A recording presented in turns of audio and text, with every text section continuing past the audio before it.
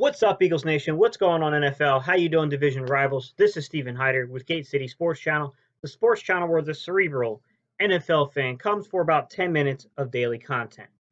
All right, guys. Look, I told you I was going to pause yesterday on making wide receiver videos until I saw a little more clearly what was going on with this receiving picture. There were just way too many rumors floating around out there. We heard about the Eagles making phone calls to 5 different players. Torrey Smith told us, like, look, should have called me week 1 or week 2, and I would have come in. To me, that's a little nonsensical. We weren't going to call Torrey Smith in week 1 or 2 to ask him to come in. Not sure how conversations went with Mike Wallace. I do believe he was one of the 5. Correct me if I'm wrong, guys, but I do think he was one of the 5 that was called. I heard rumors about JJ Nelson. I mean, we heard a lot of rumors, right? Crabtree, Antonio Brown. But look, we all knew where this was probably going to land. Back with Jordan Matthews coming back to the Eagles. This is a guy who's familiar with the system. This is a guy that has a great relationship with the quarterback. And this is a guy that, believe it or not, did pretty damn well in his opportunities last season with the Eagles. All right, y'all, let's jump into the topic. Lots of time, runs out of time, and throws complete. All right. See how many of y'all are dazed and confused fans. All right, guys, so here's the deal. Eagles went out there. They made the move that most of us expected them to make. We knew Jordan Matthews was available. We know that he has this great relationship where they're, Carson and him are basically besties. And look, Jordan Matthews adds versatility that this other receiving staff doesn't have.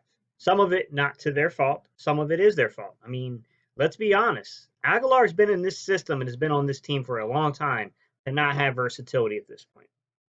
That's a little concerning for me that he has regressed in so many ways.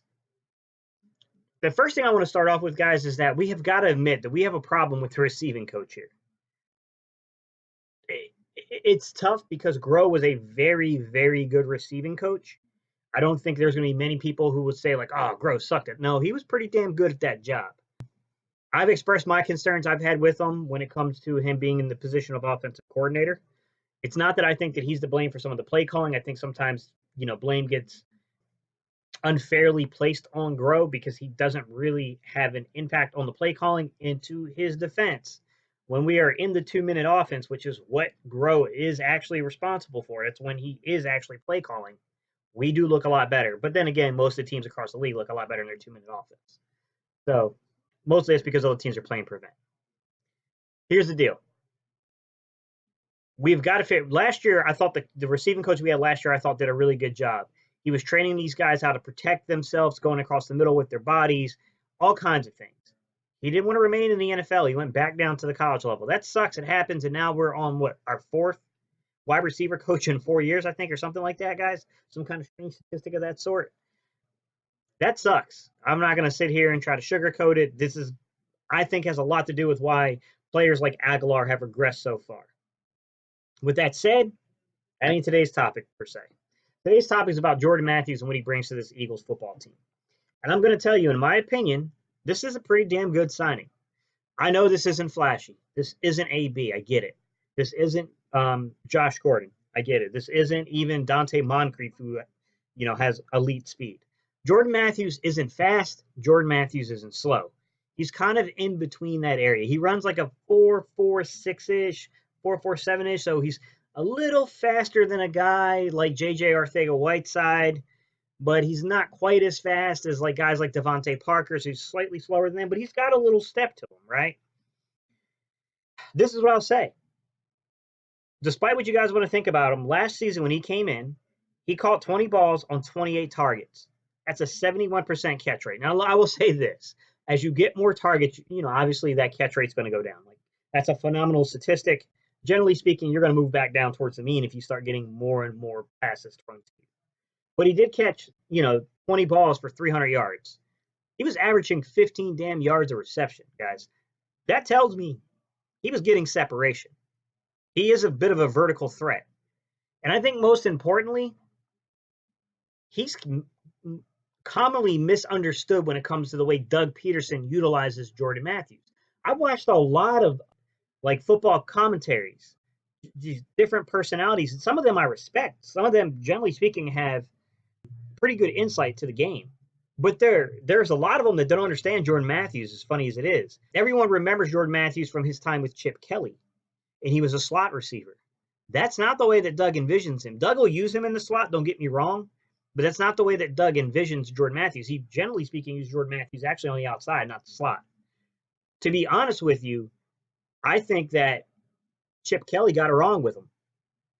Jordan Matthews has the size and everything like that to play in the slot. Don't get me wrong, but he's not. It's not that he doesn't have the speed to play the slot. He's not super elusive the way like Aguilar and other slot receivers are. He doesn't have that wiggle to him. He lacks that.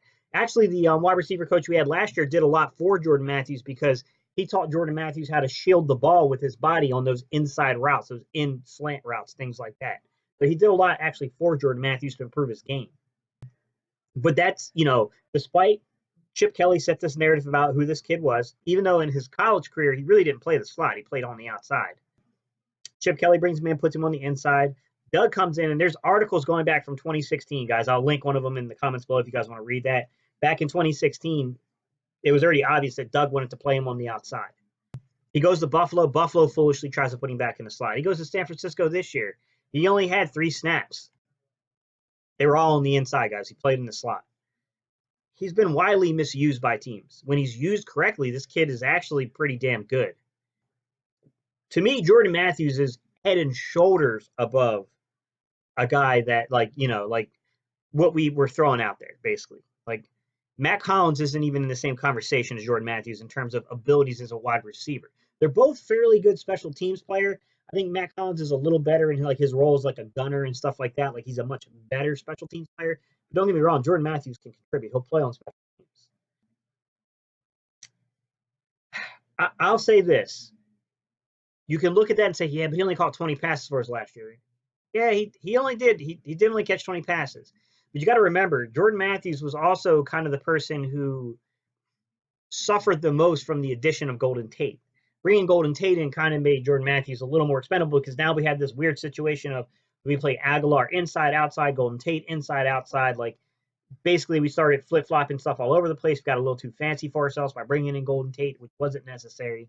And that regressed Jordan Matthews' productivity on the field.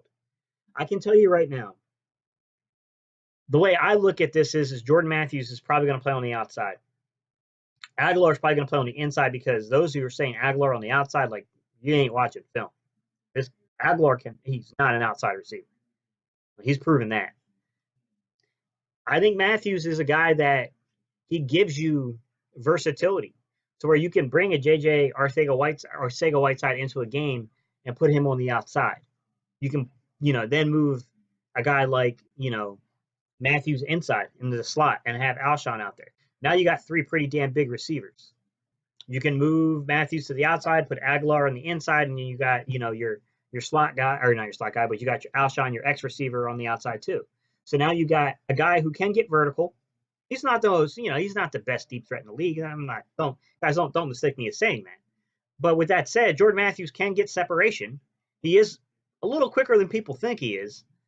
And he's improved his catching radius. There were some times early on in Philly where that guy, he had a tendency to drop balls himself, but he's definitely improved in that regards over the years. I think this is a sneakily good move. Now, I will say this. I know some of you guys are going to be disheartened that we didn't go get AB. I get it. I'll say this about AB. I think that some of the narrative floating around about AB is exaggerated greatly, and it borders on the line of hysteria. Look, I'm going to tell you guys this. I don't know if this man is going to eventually face a criminal complaint, but as of today, there is no criminal complaint placed against Antonio Brown. Okay? He has a civil suit. Police do not investigate civil suits. All right? That's when someone is basically personally suing you is what's happening. All right? It's like when you go take out a personal loan, and let's be real, we probably all done this, and you're like, nah, fuck it, I paid back the principal. They're never going to get all this interest from me, and you don't pay it.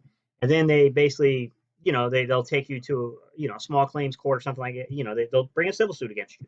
So that way they can try to garnish your wages, or they'll try, generally speaking, it's not the company you did business with. It's a third party, debt collector that does this. But it's similar in concept, guys. There's no police investigation. None of that stuff takes place with these.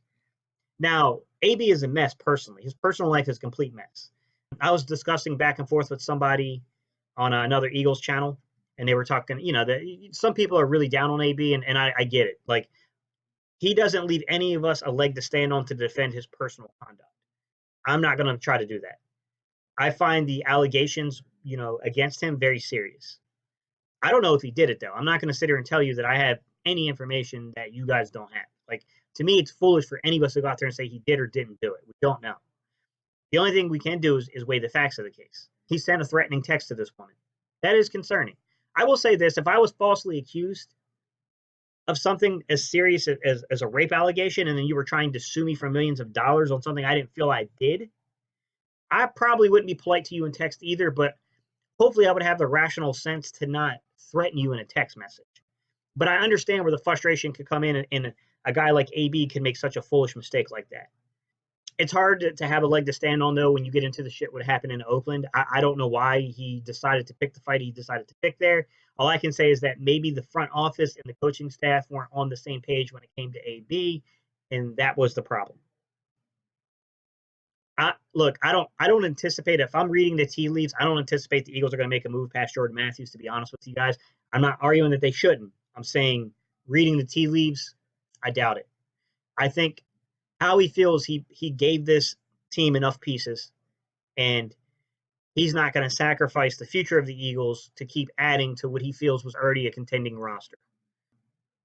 The way he looks at it is like, look, we saw the pass rush was being affected. We went and got you Jannard Avery. Look, we know we got issues at the receiving corps, so we went out and brought back somebody who knows the system and can pick up the system immediately in Jordan Matthews. I think it's just the way he feels. Guys, we have to look at the fact that starting in 2021, this team will look much differently. Guys, I hate to disappoint you. Some of you guys, I think Alshon and Deshaun are going next year. I highly doubt it, guys. The dead cap money is ridiculous on both of them. I highly, highly doubt that, guys. If we were to let them go, Howie would probably lose his job because we will be so financially restricted by doing that with the cap. You can't. That's not. Those moves aren't probably going to be made until 2021, and I do expect those moves to be made in 2021, to be honest with you. So that means Howie right now is working with what, 10, 11? I don't know how many draft. You guys tell me. You guys are pretty good at that stuff. But I mean, I think they got around 10 draft picks or so right now, 10 or 11. So obviously, there's a concern there that, okay, we've got to add these pieces that can help the football team that are probably not the greatest in the world, but still keep us kind of in contention for the division, maybe making a playoff push. And at the same time, we're not mortgaging the future. I said it, and I'll keep saying it. I think at times Howie Roseman gets a little too cute with the compensatory pick formula stuff. I agree with him letting go Andrew Sendejo. 4th-round pick, I get it. Man, we got enough talent in the secondary coming back healthy that we want to get our best players on the field, and Sendejo isn't that. With that said, at the same time, guys, LJ Fort, when we released him, that was stupid. That was a young guy that was very good, probably could have helped this team down the road. He probably could have been a piece on this team for the next few years. To me, that was a really stupid move. I'll also argue that we could have done a lot by adding Josh Gordon. Yes, Josh Gordon would have taken longer to get up to speed, but we could have claimed Josh Gordon, got him cleared physically to play last week, which he wouldn't have played last week, but, start the process just like the Seahawks did, and had a bye week to get him prepared and implemented into the offense. I do fault Howie Roseman there because I don't think you had to go with Mac Hollins when you had a guy like Josh Gordon out there. Dante Moncrief could be argued the same exact situation happened there. And I don't think Dante Moncrief is anywhere near in the conversation than a Josh Gordon is, but still, Dante Moncrief can stretch the field. He's faster. He's a lot faster than Jordan Matthews, although I do think Jordan Matthews does have some speed to his game. So those are the things. I'm going to acknowledge them, guys.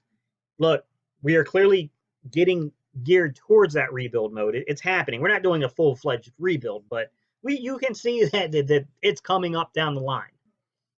I do think Jordan Matthews is going to help this, and I do think that JJ Arcega-Whiteside plays a role in this whole situation. I think JJ Arcega-Whiteside is going to be the piece that will play outside, inside. He's going to play all over the place, and Eagles are finally going to do what they should have done, which is get this kid more reps in games and cross-train him at each and every position. The X, the Z, and the Y. The Y is a slot, guys. Z is your flank. speed receiver. X is your possession, big body, go up and go get the ball, Alshon Jeffrey. All right. So these are my thoughts. This is my thoughts on this wide receiver group. And to kind of tie in a little more with this stuff, guys, I'll also say that you're probably going to see more 12-man personnel, maybe even 13-man personnel at times. You'll probably see 21 and 22-man personnel as well, with 13 still being in there. You're still going to use JJ Arcega-Whiteside. You're still going to use, Mac Hollins from time to time, but he's going to definitely get his snaps greatly decreased. And you're going to definitely use Jordan Matthews alongside of Alshon Jeffrey. You'll still see 11-man personnel is what I'm going to say there, guys. You'll still see 11-man personnel, although it'll be greatly reduced. I do think we're going to operate mostly out of the 12-man personnel. I wouldn't be shocked to see a lot of 21 and 22-man personnel. When I say a lot, I don't mean like, oh my God, 50%. I'm not talking about that, but I'm saying much more than we've ever used it underneath Doug Peterson. Just because our best two players offensively in terms of skill set are probably at the running back position. So you got that. We have a really good, strong tight end group, and I do think Jordan Matthews greatly, adds some talent to this wide receiver group. I'm excited to see JJ Arcega-Whiteside as well. I think JJ Arcega-Whiteside is going to help this football team. Look, I'm excited. I don't know what's going to happen, but I do see the pieces there, guys. That's all I got for you. I'm going to let this go, guys, because it's running into like over 16 minutes at this point. So, peace, y'all. I'm out of here. Don't forget to like, comment, and subscribe. Tell me what you think, guys. I know some of you are going to be really disappointed we didn't get AB. Listen, I was all in favor for signing AB because I think that he's highly talented, but we don't know what the league offices were saying about AB. We don't know. That's all I can say is that there must be something still there, although I don't know what it is. Maybe the Eagles just decided, like, look, unless this thing really turns to the point where we feel we have to go get him, we're not going to do it. I don't know, guys. I do hope that the Eagles are smart enough to re-sign Jordan Matthews this season. After this season, I hope. Look, Nelson's not going to be back. I know Jordan's not a natural slot guy, but he has a lot of experience playing there. So he helps. He helps the football team. All right, y'all. Peace. I'm out of here. You know what time it is. EAGLES. We'll see how this works out, guys.